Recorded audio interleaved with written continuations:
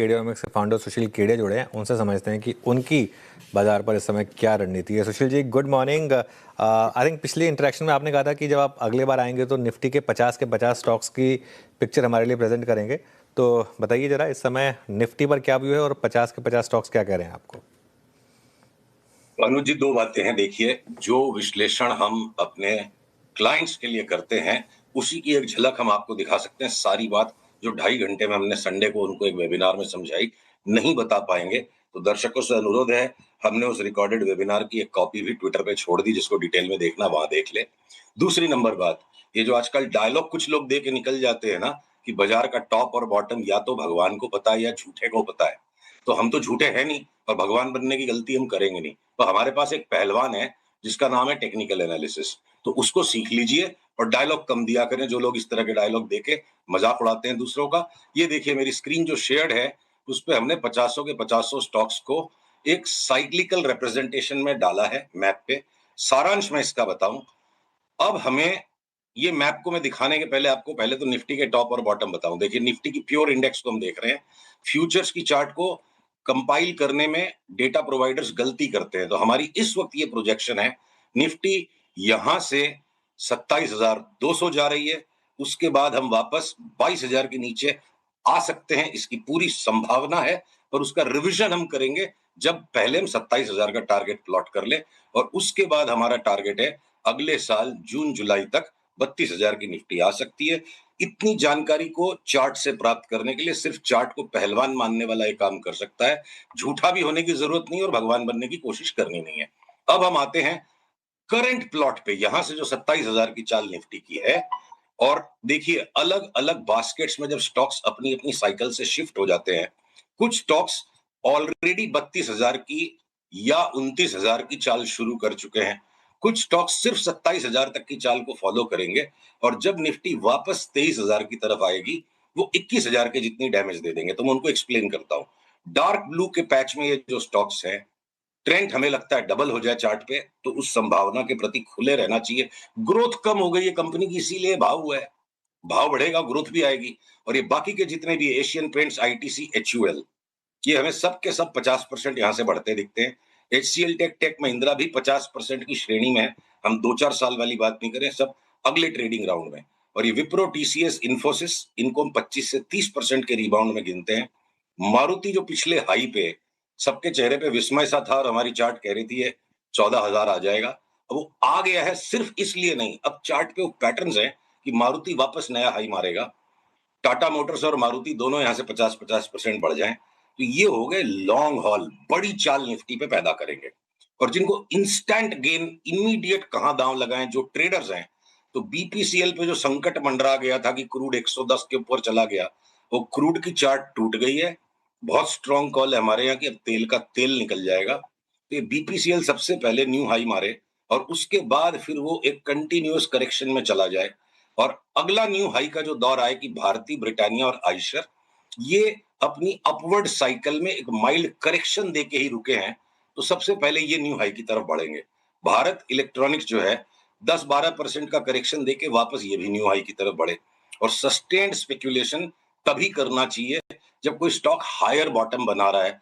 Market का, Nifty का इतना बड़ा पैनिक मचा, उसमें रिलायंस, अडानी इंटरप्राइज और अडानी पोर्ट्स ने हायर बॉटम्स बनाए हैं, इनके अंदर निफ्टी के साथ साथ नया लोअर बॉटम नहीं बना। तो ये हो गए आपके पॉजिटिव एनर्जी वाले स्टॉक्स। और जो बजाज ऑटो पे हमने कहा था ऑल बेट्स ऑफ, एक बार 8,000 हो जाएगा, तो वापस यहां से 10% की उसमें रिबाउंड आए। और भयंकर शॉर्ट स्क्वीज वाले जो स्टॉक्स हैं, ये दो लाइट ब्लू है, तो बजाज फिनेंस और बजाज फिनसर्व में 20-25% की भी शॉर्ट स्क्वीज आ जाए इस तरह, और फिर वो वापस अगले निफ्टी के राउंड में फॉल में बहुत ज्यादा बुरी तरह गिर जाए। अब एलएनटी, जिसके ऊपर में विस्मय हो रहा था जब हमने कहा कि ये इस तरह से टूट जाएगा, एलएनटी वापस एक नया हाई लगाएगा, पर हमने उसको इस श्रेणी में नहीं रखा यहाँ पे, बल्कि यहाँ रखा कि एलएनटी नया हाई लगाएगा और वहां सारे खुश हो जाएंगे, और अगले मार्केट फॉल में एलएनटी इस राउंड से भी ज्यादा गिरेगा। कि एसबीआई, आईसीआईसीआई दोनों को हमने शॉर्ट स्क्वीज की कैटेगरी में रखा है, इनमें न्यू हाई की संभावना नहीं दिखती। इंडसइंड बैंक भी वही है, और सारे के सारे मेटल्स के स्टॉक सस्टेन्ड मंदी में, पर उसमें जेएसडब्ल्यू स्टील बहुत पिट गया है, तो एक शॉर्ट स्क्वीज का रिबाउंड है। यूपीएल में भी शॉर्ट स्क्वीज का रिबाउंड है। डीवीज लैब अगर नया हाई बना दे, और ये Grasim, HDFC bank Kotak Mahindra, M&M, Nestle, Tata consumer, HDFC life भी सिर्फ शॉर्ट स्क्वीज रैली करे, और जियो फिनांस और इटर्नल दोनों यहां से बहुत बड़े न्यू हाई लगाए हैं। पर उसके बाद जब निफ्टी वापस आज के करंट लोस को तोड़ेगी, अगर ये बॉटम अभी फॉर्म होना शुरू हुआ है और एक दो दिन में कंफर्म होगा, तो 27,000 जाके जब वापस निफ्टी 22,000 आएगी, तो ये इटर्नल और जियो फिनांस वापस आज के स्तर पे लौट आए। अब बचे आपके खाली जो थोड़े लाल वाले स्टॉक्स, तो डॉक्टर रेड्डीज, एनटीपीसी, टाइटन में भी 15-15, 20-20% का करेक्शन खेल लो। हीरो मोटो और टाटा स्टील में एक छोटा रिबाउंड, उसके बाद ये सस्टेन डिक्लाइन में भी है। लगता नहीं कि इस बार 27,000 की तेजी में पार्टिसिपेट करेंगे। श्रीराम फिनांस, उसने तो अभी घटना शुरू किया है, एक राउंड फॉल होने के बाद छोटा रिबाउंड दिया है, सस्टेन्ड डिक्लाइन है। हिंडाल्को में तो अभी तक तो घटना शुरू ही नहीं किया हिंडाल्को ने, सस्टेन्ड डिक्लाइन आगे है। और कोल इंडिया एक अच्छा खासा डिप यहां से दे, उसके बाद वापस हाई की तरफ जाएगा। ओएनजीसी और सन फार्मा में अगले 10-12% के करेक्शन में इनको वापस लेना है, और एसबीआई लाइफ और 7-8% करेक्शन दे दे तब हम इसको लेंगे। तो ये हमारी निफ्टी का पूरा मैप है। पर इतनी संक्षिप्त बात में जो नुआंस मिस हो जाता है, जिनको रुचि हो और 2.5 घंटे तक सारी एनालिसिस को देखने का धैर्य हो, वो हमारे ट्विटर से लिंक को डाउनलोड करके हमारी इस रिसर्च का आनंद फ्री में ले सकते हैं। सुशील जी, चलिए, बहुत बढ़िया आपने चार्ट बनाया, बस इस चार्ट को थोड़ा आपको अपडेट करना होगा। अब निफ्टी में हीरो और डीवीज नहीं है, उनकी जगह इंडिगो और मैक्स आ गए हैं। हाँ, तो ठीक है, हाँ टूट गए कुछ इस- हाँ, नहीं ठीक है। चलिए, अच्छा, तो आपने इसमें थोड़ा सा इंडिगो में भी ग्लोबल, एक अच्छा इंडिगो, हाँ हाँ, अब इसमें थोड़ा बोलिए। ग्लोबल सेटअप ऐड करना चाहता हूं मैं। क्रूड की आपने बात कही कि तेल का तेल निकल जाएगा, तो उस पर एक तो डिटेल व्यू हो जाए आपका, और एक डॉलर पर, क्योंकि हमारे लिए डॉलर और क्रूड ये बहुत बड़ा मैक्रो फैक्टर है। मैं आपकी अनुमति चाहूंगा, डॉलर इंडेक्स के अंदर मैं आपको इस बार एक बड़ी रोचक बात बताने वाला हूं कि येन डॉलर का जो ट्रेड है, देखिए, और भी गम है जमाने में एक पुरानी लाइन है, क्रूड का तो भाव घट जाएगा और सारे खुश हो जाएंगे तेजी, पर अगर येन डॉलर के सामने 20%, 22% मजबूत हो गया, तो बहुत बड़ी मार पड़ेगी संसार में जहां स्पेक्युलेटिव एक्सेसेस बने हुए हैं।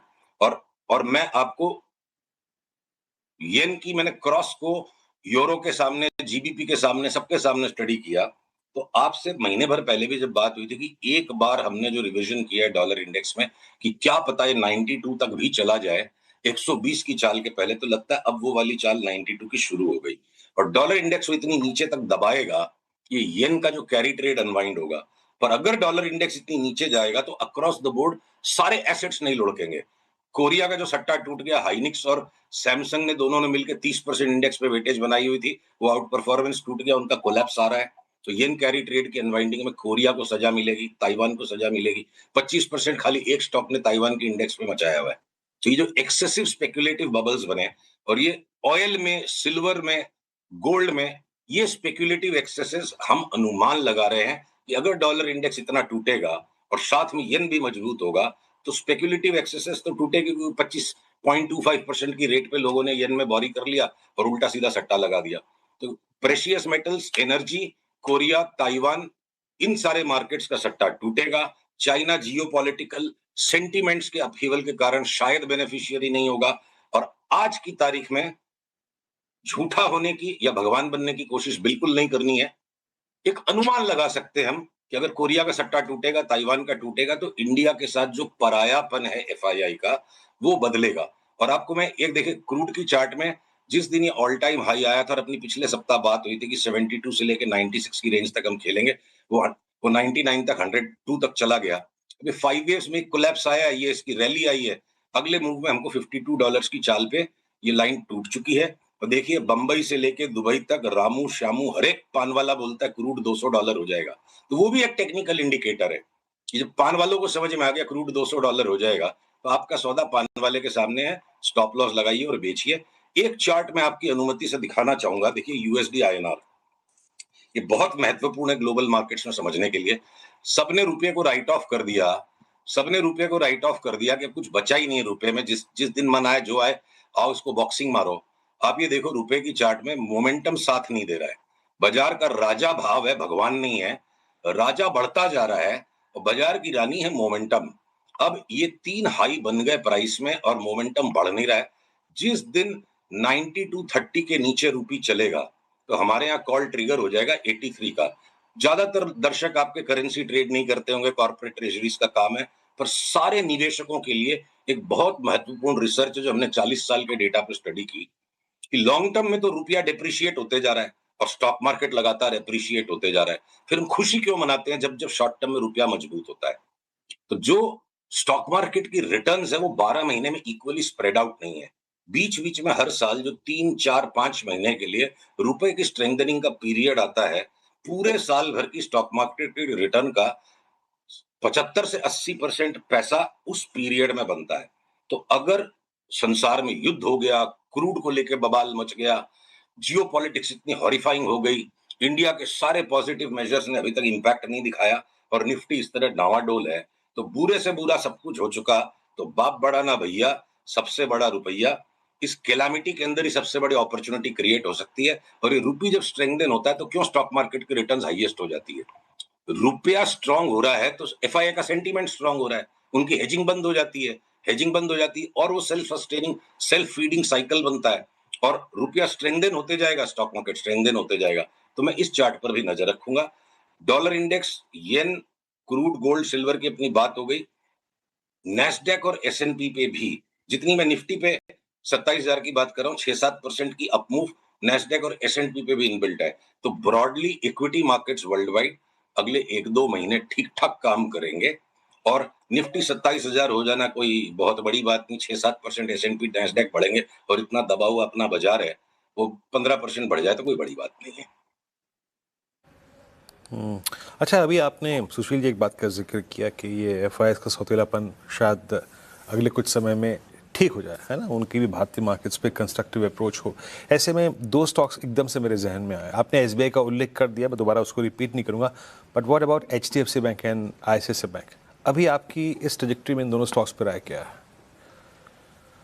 देखिए, निफ्टी के अंदर अगर आईटी के स्टॉक्स को, चाहे कितना ही भयंकर कंसेंसस बन गया है कि ये एआई इनको खत्म कर देगा, है, और चार्ट्स बता रही कि यहाँ से सबसे बड़ा आउट परफॉर्मेंस उनमें आएगा, तो कुछ ना कुछ तो निफ्टी में से डिस्प्लेस करेगा। तो जो कॉल हमने लिया हुआ है और चार्ट्स के साथ सम्मत है कि बैंक निफ्टी निफ्टी को अब आगे अंडर परफॉर्म करेगी और उसके अंदर पीएसयू बैंक्स को ज्यादा पनिशमेंट मिलेगी।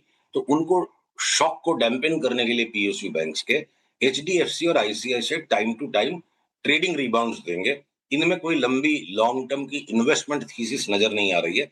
लॉन्ग टर्म की वैल्यू जो क्रिएशन है वो प्राइस्ड इन है। 10-12% की एक टेक्निकल मूव बाकी मार्केट के साथ आ जाए, एचडीएफसी बैंक को थोड़ा ज्यादा दबा लिया गया है, तो हो सकता है 15-16% की निफ्टी की राइज में 18-19% दे दे।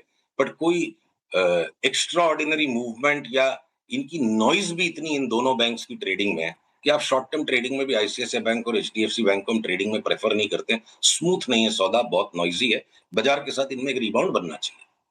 चलिए अच्छा, कोई बी ग्रुप में कोई स्टॉक जो आपका इस समय कोई रॉकेट कॉल टाइप का हो? बहुत सारे हैं, पर देखिए जैसे जैसे जब वो कॉल ट्रिगर होता है और हम एडवांस में सारे पैटर्न्स अपने क्लाइंट्स के साथ डिस्कस करके रखते हैं, तो बी ग्रुप में अभी आज निफ्टी को फाइनल बॉटम एक बनने दीजिए, पर मैं बी ग्रुप से ज्यादा आपको बताऊं, भले वो ए ग्रुप में देखो। जैसे आरबीएल बैंक पे जब हमने 150 में चार्ट के पैटर्न्स पे कॉल निकाला था कि ये 4 गुना हो जाएगा और बड़ा विस्मय हुआ, और लास्ट में क्या स्टोरी बनी इसकी कि इसके अंदर अगर कोई फॉरेन बायर अब आ गया, तो बंधन बैंक के ऊपर हमारा एक बहुत अग्रेसिव कॉल हम पास्ट में भी डिस्कस कर चुके हैं कई बार। पीसीआर से अनुरोध है इस चार्ट को दिखाएं। देखिए, लिस्टिंग 2014 में कंपनी बनी, 2018 में लिस्टिंग हुई और उसके बाद लगातार ये बेरिश बेरिश बेरिश पैटर्न में पूरा स्टॉक यहां तक ऐसा कंसोलिडेट हो गया है कि खाली इस 700 से लेके 118 के फॉल को ही रिट्रेस करें तो भी हम 400 तक तो जा रहे हैं, और क्या पता आगे चल के हम इस कॉल को 580 तक रिवाइज कर दें।